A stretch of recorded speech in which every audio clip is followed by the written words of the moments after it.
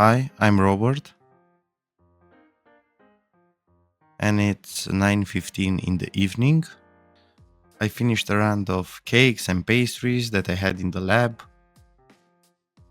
and I thought we could relax together and make some macarons. What better relaxation than some macarons? I'll test the new oven since I haven't yet made macarons in it.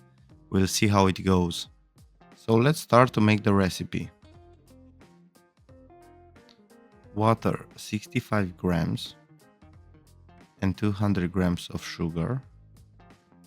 I'm going to boil them until they reach 118 degrees. I'm going to make a sugar syrup that I'll use to make an Italian meringue. Here I have 81 grams of egg whites that I'm going to put in the bowl of a stand mixer. And when the sugar reaches around 110 degrees, I'm going to start mixing the egg whites to aerate it a little bit. When I get the syrup to 118-119 degrees, I'm going to pour it over the egg whites on the edge of the bowl. So this way, I won't pour it over the whisk to spread the syrup all over, and it's going to integrate into the egg whites and create an Italian meringue, which is very stable and very good for macarons. So this is the Italian meringue part. In another bowl, I sifted 200 grams of almond flour, 200 grams of powdered sugar, and 33 grams of cocoa. Sifted 2 times, mixed, sifted once again to be very fine. Especially the almond flour tends to have bigger lumps. Those I threw away. And here I'll put another 81 grams of egg whites.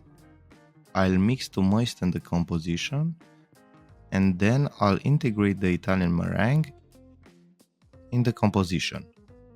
Simple stuff. But I'm not adding the egg whites here, because by the time the meringue is done, it will dry. So I'm mixing this right before I add the Italian meringue. I said it will be a short video, right? Okay. Syrup 118 degrees. When we reach 110 degrees, we start mixing the egg whites.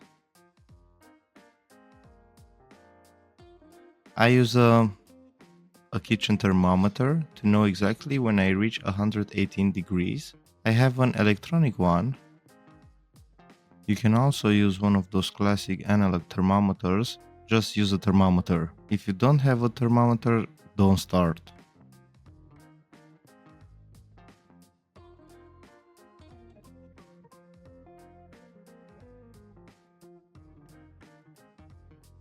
The meringue is ready. I don't know if I'll put it on the video. I pour the syrup slowly in a thin thread, not all at once, so that all the whites are flattened, and I mix it until it's cooled down because it was very hot because of the syrup. Let it mix until you can put your hand on the bowl so it's cold. Okay. Now we mix the other 81 grams of egg whites with the dry ingredients. And we simply want all the flour and all the sugar here to be moist.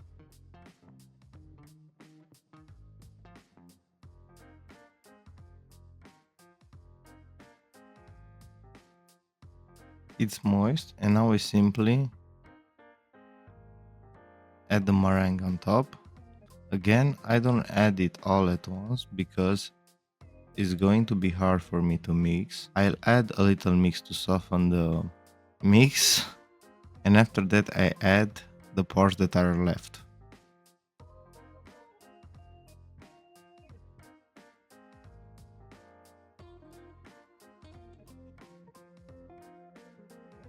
I soften our dough a bit, and now I can add all the meringue.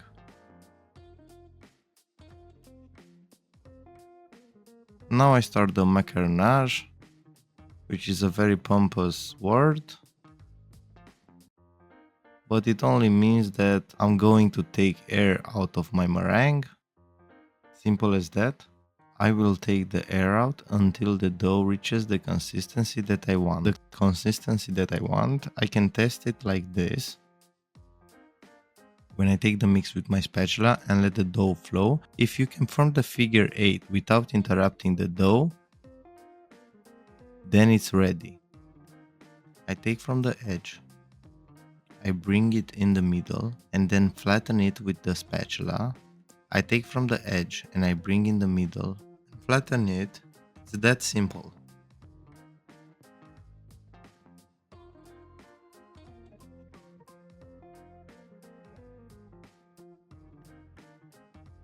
This seems to be the right consistency. Okay, I got it in a piping bag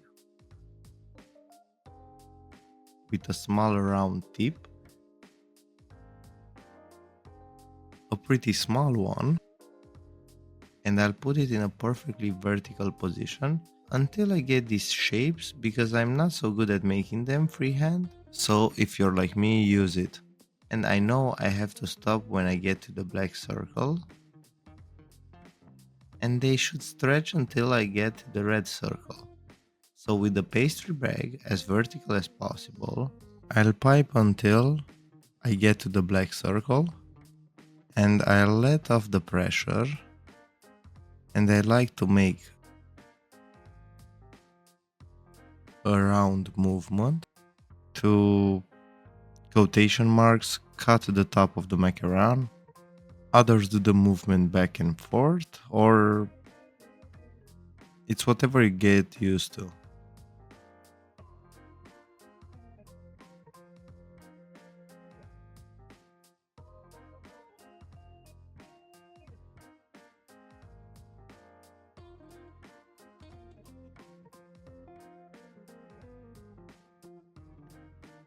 And now we're going to have to knock the pan onto the tabletop to level the macarons and the air bubbles that are still trapped in the batter to come out, so we can break them, because if there is an air bubble left inside the macaron, when you put it in the oven, it will expand and crack the macaron. In case you see little air bubbles on the surface, with a very thin needle you can break them to avoid cracking the macarons and you need to start again. We're done with that. Now, we get to let them dry. Depending on the temperature in your room and depending on the humidity, I would say you got to leave them at least half an hour. You will know when they are ready because they are no longer shiny on top. And if you touch them, they have like a little bit of crust, like a little bit of skin. If there's nothing on your finger, that means that they are dry enough. We put them in the oven at 150 degrees, 12 to 15 minutes, 100 degrees with the fan on. Here again, test them. Try to know your oven a little. Play around with the temperature and the time. The ideal consistency is like when I move the macaron a little, the food stays fixed and the macaron moves very little. They need to still be a little gummy on the inside, and then it means that they are ready and they can be taken out of the oven. Another mistake. God, I talk a lot. Another mistake very often seen by me. Most of the people that make macarons don't have the patience to let it cool. They take them out of the oven, leave them for 5 minutes, and they touch the tray and the tray is cold. They pick them up and oh, why are the macarons empty? They are empty because you try to pick them up too fast. You have to let them cool down for minimum 2 hours. Less than 2 hours? No way. If you touch the macarons and they are cold, they are not cold on the inside. Let them cool down completely for 2-3 hours. Don't rush because you will ruin them. I'll see you after they are dry.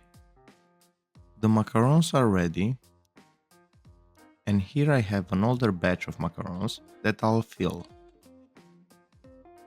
As I told you, you must leave them a few hours to cool very well, because if I try to remove them now, the base will remain stuck to the silicone mat and they won't be good, and we don't want that.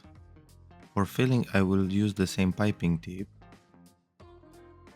with which I piped the macarons, and I simply made a ganache from 150 grams of chocolate with 50% cocoa, 180 grams of cream, and 30 grams of butter melted together. Be careful, you have to leave them to harden, and again, be patient, don't rush it. Don't put the ganache to the refrigerator because it's going to harden too much and it's going to be hard to pipe. It's gonna be hard to join the macarons. They will crumble and you will make a mess. The ganache has to be soft enough to make it easy to pipe on and to glue the macarons. It's going to be just as easy.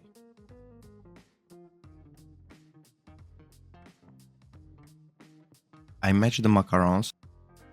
I made pairs of them by size because they don't all come out exactly the same size.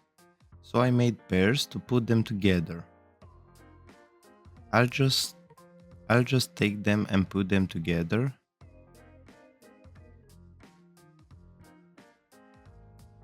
And this is the macaron. I think you can see in the upper camera better.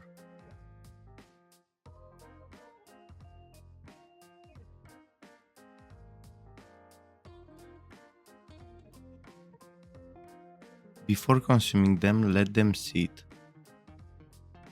overnight, maybe in the fridge in an airtight sealed box, so it can, I don't know what happens, so the macaron softens and the taste get better and so on. Thanks a lot for watching and being patient. See you next time, maybe at a more reasonable hour. Thank you, bye.